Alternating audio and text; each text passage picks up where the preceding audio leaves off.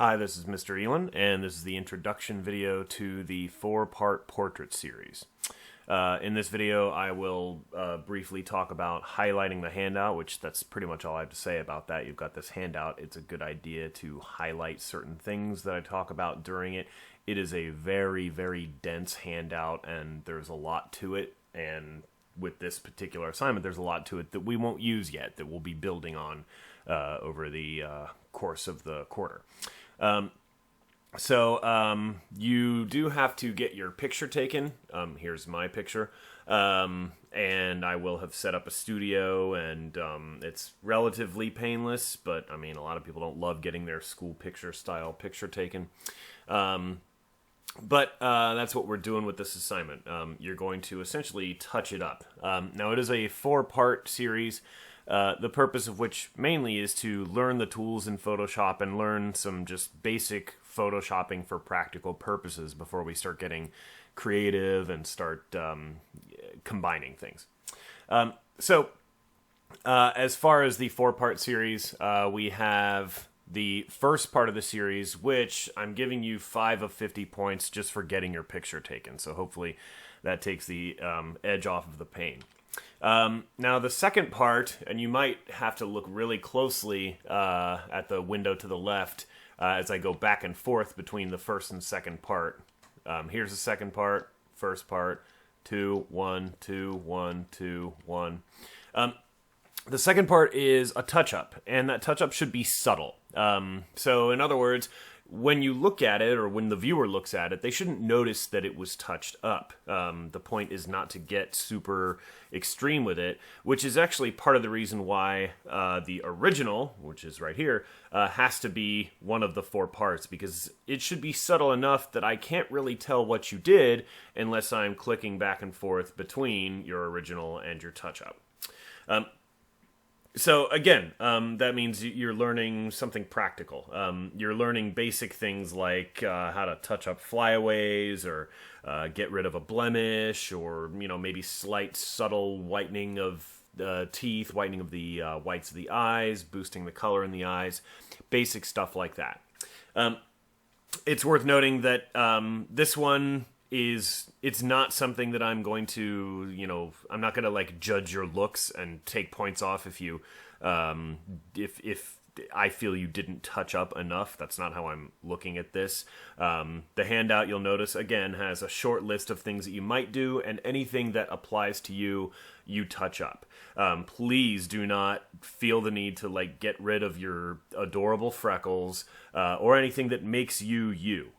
You're more looking at it as anything that is a little off about the picture in the short term. You're taking care of that. Anything that's, you got a mole or something, if you get rid of that mole, your friend would look at that picture and say, what the heck, this isn't you. Then you leave that mole right in there. No big deal. The third part's a little weird, and I'll get a little more into the concept when I actually explain how to do it. But the third part is kind of referred to as the plastic touch-up, where you are intentionally overdoing the touch-up, specifically with regard to the skin. So you're going to end up looking like this kind of terrifying plastic doll. I'll wrap this up because I know that's disturbing to look at. But basically, for now, just trust me, that is going to teach you something about proper tool usage and also about working with highlights and shadows. It's not just to personally entertain me because I think they look funny, which, yeah, they do. But there is a specific learning goal that is going to be something that you're going to have to pay attention to as we move forward. The fourth part is the touch down. In which you kind of make the before shot, or in other words, if a touch up is where you're making yourself look a little more ideal, the touch down is where you're doing the opposite. Essentially, this is your chance to get creative.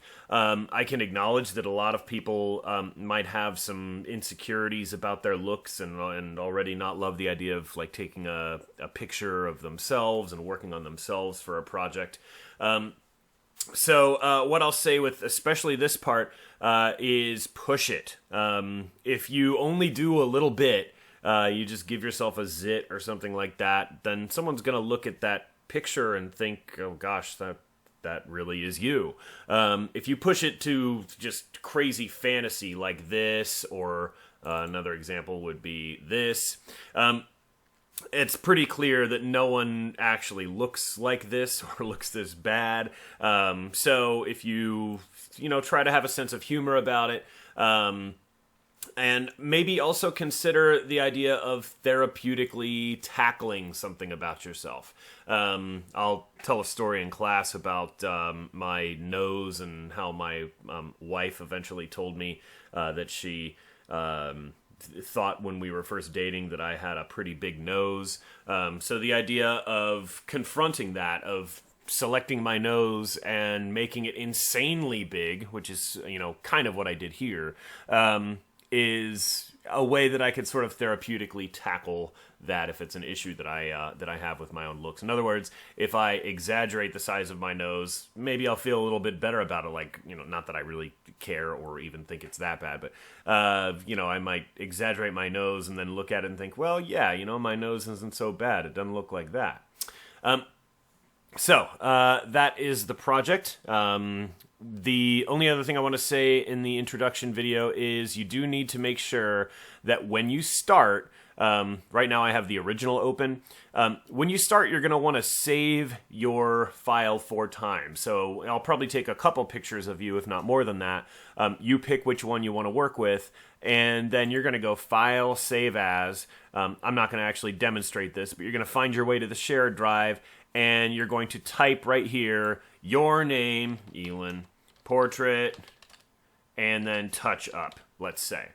I already have one of those, so I'm not going to do it. But you hit save, and then you're going to hit File, Save As again, and you're going to do that 3 more times so that you end up, and I've got a few extra ones here, but you want to end up with Portrait Original, Portrait Touch-Up, Portrait Plastic, and Portrait Touchdown with your name on all of them. Not that that should matter that much since it is a picture of you. So you want to do that probably before you start. That way you always know which one you're working with, and especially sometimes people will accidentally start working on their touch-up and then save it and then have to redo their touch-up because they did their touch-down over top of their touch-up, which is understandable that happens if you're keeping your touch-up relatively subtle.